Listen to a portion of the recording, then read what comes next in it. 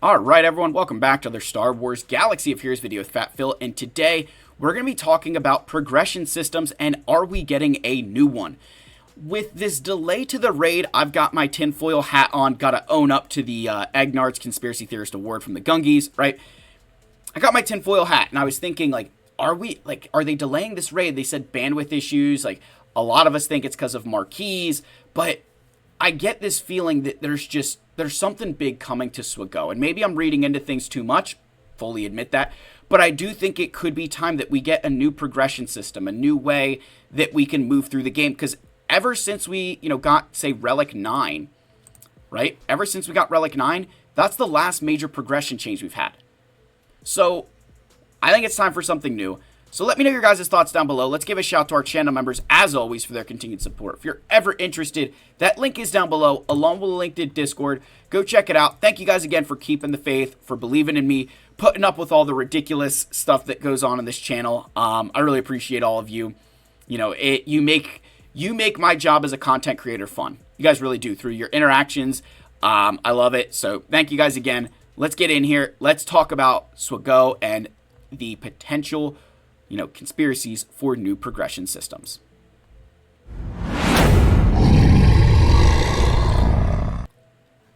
Alright, so let's just kind of say, I do think it's finally time we get something. We haven't had a change since Relic 9, and that was over 2 years ago. We got that in 2022.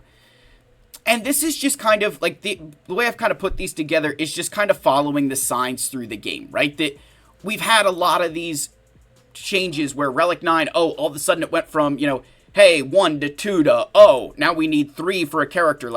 So I hope you guys see that this is somewhat founded in, hey, here's some stuff that's going on. And then hopefully you guys also just recognize that, gotta get that conspiracy cap on a little bit, right? So let's start with Relic 10. How likely are we to get Relic 10 and, how would it happen? So the thing with Relic 10 that makes me think it's coming is the changes to the raid, the assault battles, and getting 3 Relic 9 requirements for GL Ahsoka. They went and completely changed how many Relic 9s you needed in your account almost overnight. That for a very long time, Relic 9 was something that, okay, Profundity, Leviathan, and then territory battle planets, right? For a while, it was just Profundity and TB planets. Then we got the Leviathan, and then they added in the Naboo raid, the Battle for Naboo characters. Everything kind of changed where Relic 9 become a much more personal thing. That, in the past, and what I mean by personal is that outside of Profundity, everything was just based on, hey, if you needed a Relic 9, it was because your guild was going after Relic 9 planets. And if you weren't on those planets, it was just it's going to help my performance. Where now, there are certain things that you cannot do as a player, or rewards that are gated on you personally if you don't have those Relic 9s, like the Battle for Naboo, or Duel of the Fates, and Peridia Patrol Assault Battle. Those are individual rewards that you're missing out on if you don't have those Relic 9s. Going after Leviathan and now Ahsoka, where there's multiple Relic 9s. It's a personal thing now, right? It used to just be, your guild not going to be able to do that planet if you don't, the operations don't have Relic 9s. Now there's a lot more stuff that you personally are gated behind Relic 9. And that kind of reminds me of the way Relic 8 happened. That when we got Relic 9, it was because we had Relic 8s becoming more and more, not just, happening in players' accounts, but you got the Executor, you got General Kenobi, Jedi Master Kenobi. I don't know when the Relic 8 change happened. I think we had that before we got Lord Vader. I could be wrong on that timing. It's, kind of close together. But it, as Relic 8 became more common in the game and something that was needed more, we got Relic 9. So I think that's kind of where my mind goes with Relic 10. The thing with Relic 10 that makes me say I don't know that we're going to get it always comes back to the bottleneck of Relic 8. To get to Relic 8, you need your Impulse Detectors, Air Magnifiers. To get to Relic 9, you need those 2 pieces again, along with Gerda Keypads and Droid Brains. So if we got Relic 10, and they were to go to Relic 10, you need Impulse Detectors, Air Magnifiers, Droid Brains, Gerda Keypads, and then these 2 other new materials, that's insane. So that's the one area with Relic 10 that I've always kind of, not sure how they would introduce it. A big chunk of me says they could just throw it in Territory Wars because that's where Relic 9 is. Another side of me says they could put it in the new raid. Right? Think about that. That's where Relic 8 was originally released, was inside of the raid. Yes, you could get it in Territory Wars, but your primary source was the raid. So I was wondering, maybe with that delay, does that mean Relic 10? Again, I don't know. The next one we could consider is a level cap increase. So this is the one that is the longest running. Right? We have had level 85 for the longest time in this game. And, even, in the past year and a half, we've gotten a lot more access to credits through various events. Obviously, with the raid change going the way it is, you can much more quickly buy credits than you used to before. So level 90 potentially could happen, right? I struggle with this one a lot more, and I'll kind of explain it like this. When they changed the level cap from 80 to 85, you went from needing 4.6 million credits to get to 80. And now level 85 costs 6.2. So you're looking at roughly a 1.6 million credit increase. So a little bit over 300,000 per level, give or take, right? Like 300,000 credits per level to go from, 80 to 85, right? Somewhere in that range. If you kept that same energy and said, hey, to go from 85 to 90, even if it was 500,000 for the sake of argument, that's 2.5 million credits per character to go from 85 to 90.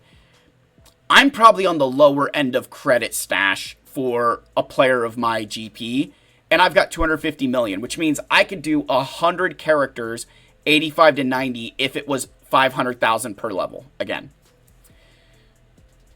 I mean, at that point, I'm through most of the characters that I would use in GAC, TB, Territory Wars. Like, I'm set, right?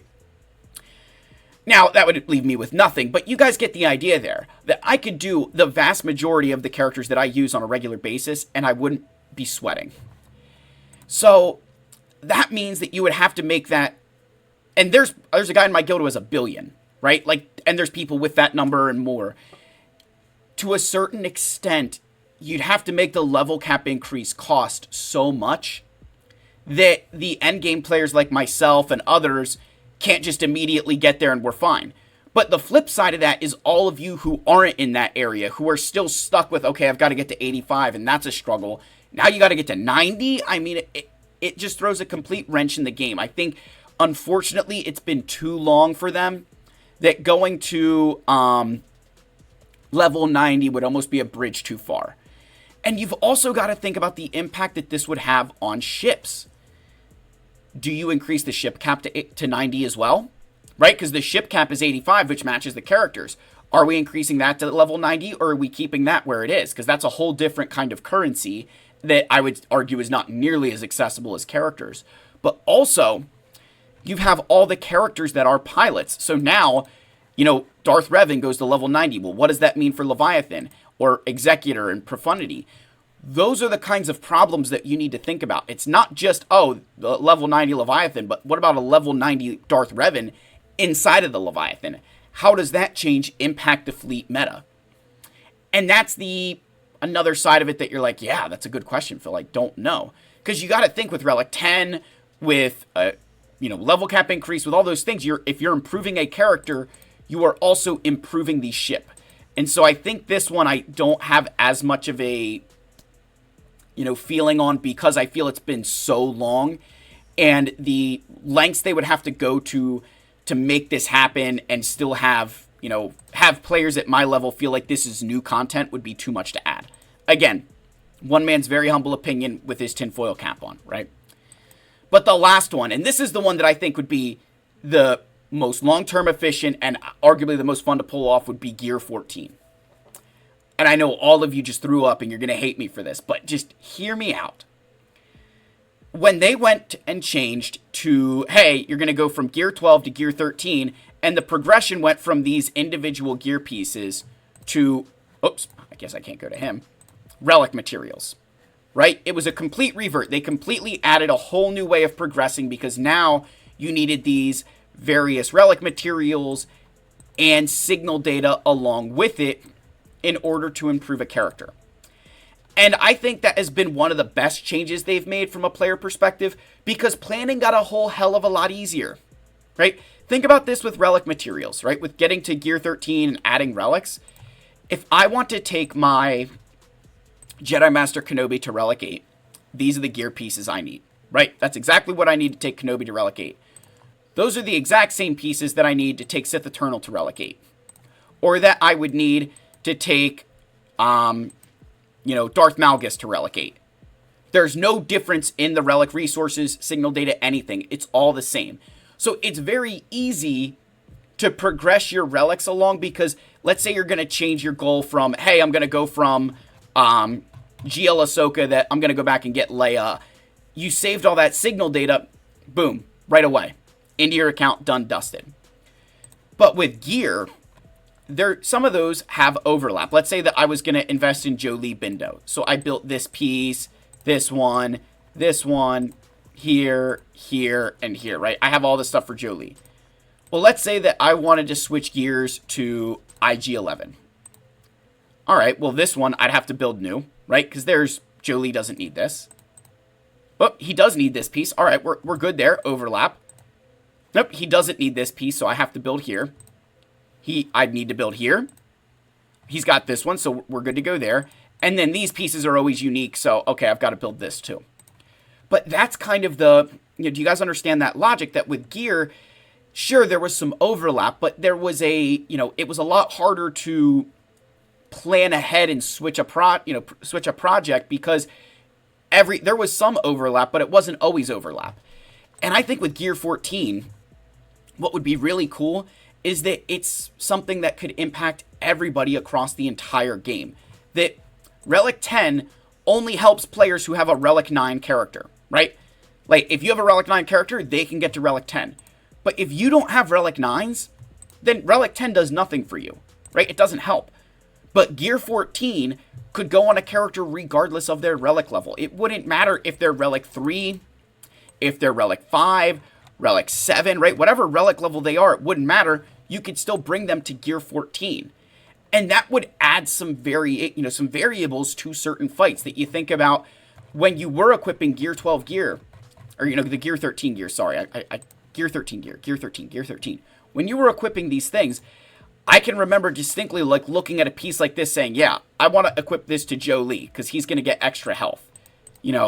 All right, this one's adding physical damage. I'd rather put that on Sharut, or, someone who's going to deal damage to somebody, rather than, yeah, the health is nice, but I'd rather deal the physical damage because he's an attacker. And that would be the same thing with some of these, Gear 14 pieces.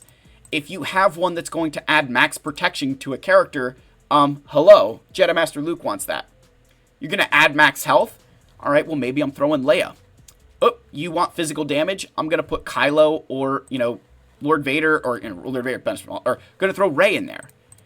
So I think it could be really cool to add Gear 14, because it would be a much longer progression.